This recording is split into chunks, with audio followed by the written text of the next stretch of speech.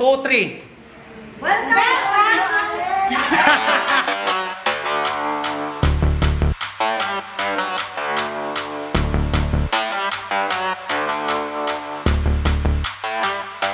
Okay mga abnormal. Ngayon lang ako nakita ng barangay hall. Papanisin talaga yung barangay hall na iba eh. Ngayon lang nakita ng barangay hall na may elevator. So, ang gulo. Marawi ba may elevator? So, ibig sabihin, ito cute lang na elevator. Pero gumagana to, hindi na ano. Gumagana to. Yan sa elevator. Ang galing oh. Para sa PWD, di ba? Pag may akit na PWD, yan ang ano, public service. Senior. Para sa senior. Galing. May elevator.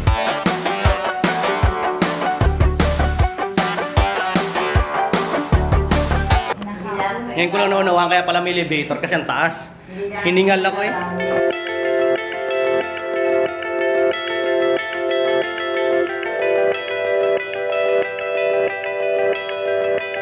Nasimot oh. Hindi siya nasira.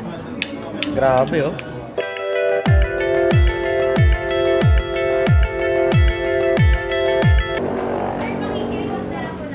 Ah, oh, sige. Ito yung maganda nilang bagong mahal oh. Touchscreen. So ngayon itatry natin ito. Pinaka-high-tech na kape dito, mahal. Gusto mo i-try ito. Ay, ganon. Gobi, ang galing oh. Alin kaya masarap dyan? Ano bestseller nila daw? Ay, shit! Ano yun? Lapa.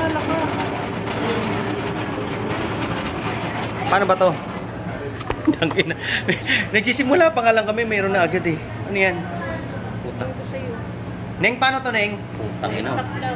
Ha? Stop. Gago talaga to. Pindot eh, parang tanga. Stop naman ah. Paano to pa? Kasi isi-swipe pa lang namin. Bigla na siya umandar. Swipe pa lang namin eh. Ano ba yun sa'yo? Nang luloko yan ah. Alin ang ano nyo dyan? Masarap. Yung French vanilla. Ano pinakamasarap dyan? Vanilla. French vanilla. Okay. Ay. Malapot lang ako sa alikit sa vlog ko. Spanish latte? Major rin po. Ako mal dark chocolate. Ikaw French ano? vanilla. Ano ka? Hershey dark chocolate ka? Ano ka? Dark. Ano pinaka-bestseller sa inyo? Ito po. Saan dyan? Tandaan mo, dyan ka choose oh. May malamig dito? Wala no? Ay wala sir. Doon lang po. Wala ano yan? Ba't ang daming ano? Late kasi siya eh no? O late tong bagal. Wait lang. Ikaw ang mabagal hype ka. Ito. Ano sa'yo? Mag-Spanish latte na lang ako. Okay, pas Spanish Latin. Ako gusto ko ng something cold. Sige, French vanilla na lang. Ako something cold ako. Isang size lang yan. Nakita nyo na ba si Chun-Li in person? Kilala mo si Chun-Li? Anong year ka pinanganak ba? 2000 ka na? Okay, matanda na talaga ako. Sa Street Fighter, para ikaw si Chun-Li. Ayun, oh. Sa final na yan, French vanilla. Wow, high-tech oh. French vanilla. Hindi mo binidyo. Paano ba pag French vanilla? French vanilla. Vanilla? Vanilla.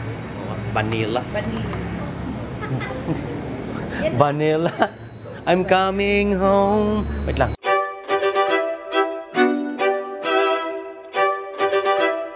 Wow! Enjoy. Ano yan sa tanghon? Sinasabi ko gumawa kayo sa bahay eh. Ang hirap maghanap ng healthy pagkain ngayon mga normal. Sobrang hirap. Tamo ito na nakita ko pinaka-healthy dito. Coca-Cola. Wala kasing sugar.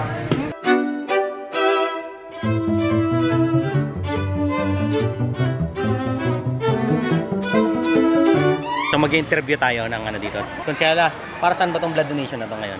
Para po yan sa mga project po ng school at the same time ng community. Para po kung may mga ilangan tayo na mga pasyente, ay madali po tayo makaka-avail ng dugo sa Batangas Medical Center. Okay. Dahil blood donation to, Konsehala. Konsehala, naniniwala ka ba sa vampira?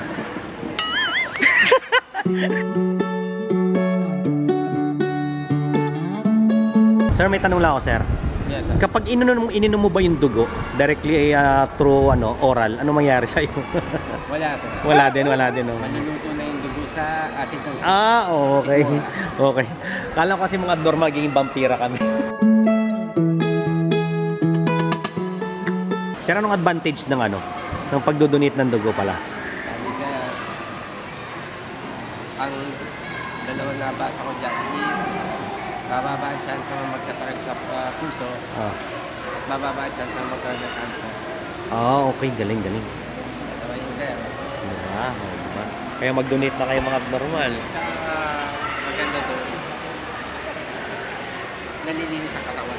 Oh, nare-refresh na yung mga... Refresh. Produce ang panibago. Instead of the cycle lang kung nagagawin.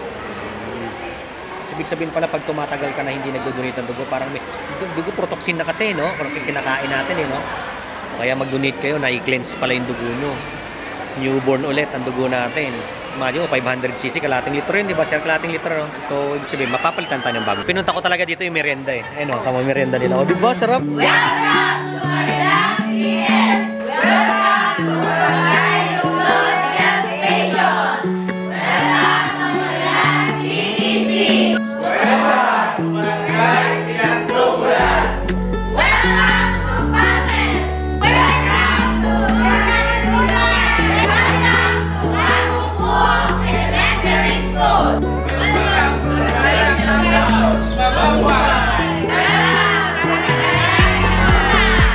One, two, three. Punong-puno kayo ng saya. Masaya ka na niyan, 3 itlog ang binigay sa kanya. Oh. Ilang itlog pa ba kailangan nyo para sumigla kayo?